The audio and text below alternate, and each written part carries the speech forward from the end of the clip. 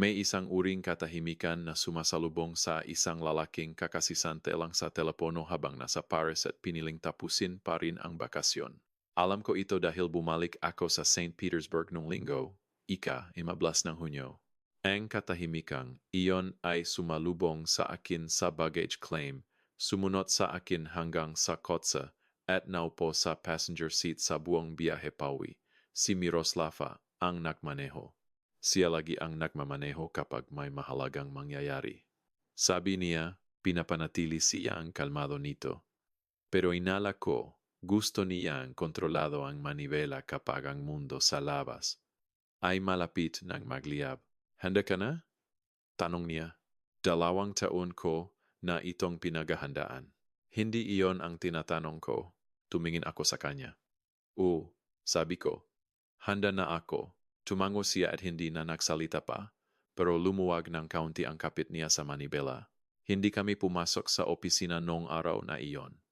Ang linggo ay para sa pag-ayos ng gamit at pagpapahintulot kay Aristark na mabulok sa sarili niyang galit mula pa noong Biyernes. Natutunan ko sa loob ng 6 na taon na ang pinakamakapangyarihang bagay na magagawa mo sa isang taong gustong laging kontrolado ay ang bigyan siya ng katahimikan. Walang tawag, walang email, walang pagmamakaawa, wala lang. At ang wala para sa isang taong tulad ni Aristark ay nakabibingi. Lunes, ika-16 ng Hunyo, ang unang araw nga natitirang buhay ni Aristark, kahit hindi pa niya ito alam. Isinot ko ang aking pinakamagandang terno, ang kulay ubabo, graffite na pinili ni Miroslava, at nagmaneho papunta sa sentro. Ipinar ko ang kotse sa dati kong slot, sumakay sa elevator paakyat sa ika-18 palapag at pumasok sa glass door ng Garmonia Capitala. Eksaktong alas 8:59 umaga, natahimik ang lobby. Si Lola Crane, ang aking sekretarya, ay tumingin sa akin ng may halo-halong ginhawa at paniko. Magandang umaga, Lola, sabi ko. Ginoong Ratibor, maingat niyang sagot. Hindi po namin sigurado kung makikita namin kayo ngayon. Bakit naman hindi? Tumingin siya sa dulong pasilyo, sa opisina ni Aristark. Nagpatawag po si Ginong Aristark ng pulong lahat ng pinuno ng departamento sa ganap na alas 9. Eksakto, sabi ko. Gustong-gusto ko ang mga pulong. Pumasok ako sa conference room. Ang silid na iyon ay may bintanang mula sahig hanggang kisame na nakaharap sa Ilog Neva, isang napakagandang tanawin na walang pumapansin dahil pinupuno ni Aristark ang bawat silid ng kanyang yabang. Nakaupo siya sa dulo ng mesa nang pumasok ako. Nandun din sina Rostislav at Agnia Lazareva, ang legal director. Ratibor, sabi ni Aristark sa tonong parang tinatawag ang asong kagat-kagat ang sariling tali. Aristark, sabi ko sa tonong parang tinatawag ang lalaking hindi alam na talo na siya. Umupo ako, nagsalin ng kape at dahan-dahang uminom. Walang nagsalita. Sinisante ka na? Mahinahong sabi ni Aristark, na mas nakatakot kaysa kung sumigaw siya. Sa telepono, sabi ko, habang nasa bakasyon akong aprobado. Masarap ang kapeng ito. Pinalitan ba ang blend? Hindi ito ang oras para sa simula ni Rostislav. Rostislav, pagpigil ni Aristark. At tumahimik agad si Rostislav.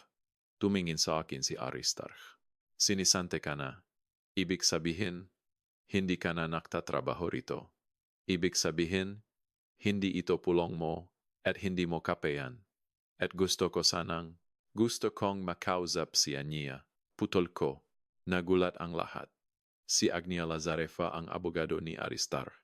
Pero alam kong may hawak siyang kodigo na mas mataas kaysa sa kanyang amo. Umalis ka sa gusaling ito. Utos ni Aristark. Sige, sagot ko habang tumatayo. Pakisabi kay Agnia. Hihintayin ko siya sa kafeteria sa baba. Tumawag si Agnia bandang alas 11:47 ng umaga.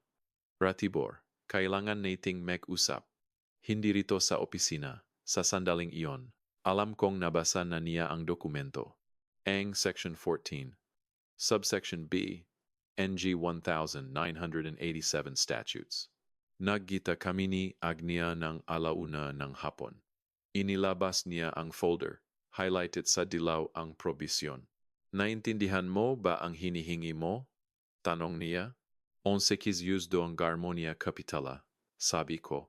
Lalabanan niya ito, Ratibor. Mayaman siya. Gagawin niyang madumi, matagal, at mahal ang kasong ito. Tumitig ako sa kanya.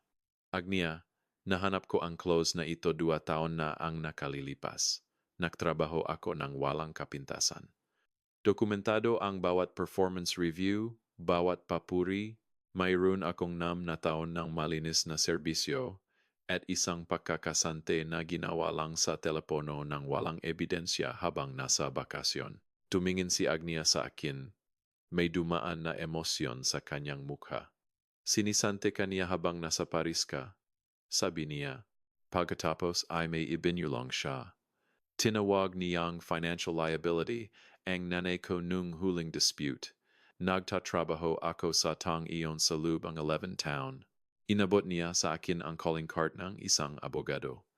Kailangan mo ng external lawyer. Tawagan mo siya. Magaling siya. Dumating ang Huwebes. Alas, 5:30 pascals lang ng umaga ay gising na ako. Isinuo ko ang aking terno. Bumaba si Miroslava at naghanda ang kape. Ngayon na, sabi niya, dumating kami sa opisina kasama ang abogadong si Zlatoslafari. Pumasok kami sa ika-18 palapag. Si Aristarch ay nakaupo sa conference room. Namahagi si Zlatoslava ng 12 kopya ng Section 14, Subsection B. Nabasa ito ang board members. Natahimik ang lahat. Kalokohan ito, sigaw ni Aristarch. Isang probisyon ito, Ginoong Aristarch, sabi ni Zlatoslava. Legal at may bisa sa sarili ninyong dokumentong pundasyon. Sinisante si Ginoong Ratibor nang walang basehan matapos ang 6 na taon at 4 na araw. Ang limitasyon ay 5 taon. Agnia, sabihin mo sa kanila na hindi ito pwede, sigaw ni Aristarch. Tumingin si Agnia sa kanya. May bisa ang probisyon. 3 araw ko nang hinahanapan ng butas para pumanik sa iyo, pero wala akong nahanap. Patawad. Nawalan ng kulay ang mukha ni Aristarch.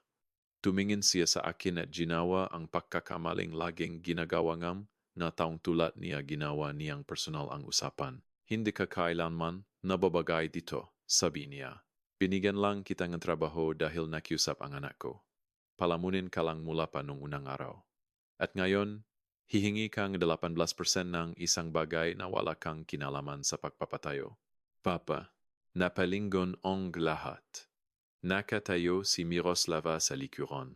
Kanina pa siya roon, tahimik na nakikinig. Lumapit siya sa gitna. Nakita-kitang pinapali si Mama sa hapagkainan sa loob ng 7 taon. Sabi ni Miroslava, kalmado pero matalim. Tuwing linggo, bumabalik siya pagkalipas ng 20 minuto na namumula ang mga mata, pero tuloy-tuloy ka lang sa pagsasalita na parang hindi siya mahalaga. Tumigil siya sa harap ng kanyang ama. Nakita ko siyang magimpakeng 2 maleta at magmaneho paalis dahil hindi na niya kayang manatili. At pinarusahan mo siya sa loob kang 2 taon dahil doon. Tinitigan niya ang kanyang ama. Ibinigay mo ang trabahong ito kay Ratibor dahil sa awa at tinawag mo siyang estudyante sa loob ng 6 na taon. Ipinatayo mo ang kumpanyang ito gamit ang perang lolo ko at ang dangal ng iyong mga empleyado. At ngayon, mawawala ang lahat sa iyo dahil sinisante mo ang manugang mo mula sa Paris noong Biyernes ika-13 dahil lang nasaktan ang ego mo sa litrato ng Eiffel Tower. Huminto siya. Mahal kita dahil ama kita. Pero hindi ko kailanman ipinagmalaki kung sino ka. Bumalik siya sa kanyang upuan. Nagtanong si Ksenia Sokolova, ang isa sa mga board members. Sino ang pabor na kilalanin ang 18% shares ni Ginong Ratibor? 7 kamay ang itinaas. Naiwang mag-isa si Aristarch. Tapos na siya. Nabuwag ang kapangyarihan ni Aristarch. Natanggal siyang board nung sumunod na Huwebes. Pinilit niyang huwag ibenta ang kanyang parte, pero ang pride ay mahal. Sa huli, ibinenta niya ang lahat kay Ksenia Sokolova ng tahimik. Isang pirma lang, at wala na siya. Ibinenta ko rin ang aking 18% kay Ksenia pagkaraan ng 2 linggo. Tinanong ako ni Borislav kung bakit. Hindi ko kailanman ginusto ang kumpanya, sabi ko. Gusto ko lang ang hustisya. Gusto ko na ang lalaking buong buhay na nakpalit sa ibang tao ay maupo sa kapantay na level ngang lahat ng minalit niya. Umalis kami ni Miroslava noong Agosto. Nabalitaan ni Evdokia, ang nanay niya, ang buong kwento. Sabi niya sa telepono, alam ko na darating ang araw na maubusan siya ng mga taong papayag na maliitin niya. 6 na taon ng pagiging estudyante, isang matalinong probisyon, isang matiyagang lalaki, at isang babaeng matagal nang nagbibilang ng utang na loob na ngayon lang nasingil. Kung nagustuhan ninyo ang kwentong ito, sumali sa aming komunidad. I like at mag-subscribe para sa higit pang nga totoong kwento ng pamilya at katarungan. Salamat sa pagiging bahagi ng 8 Sphere.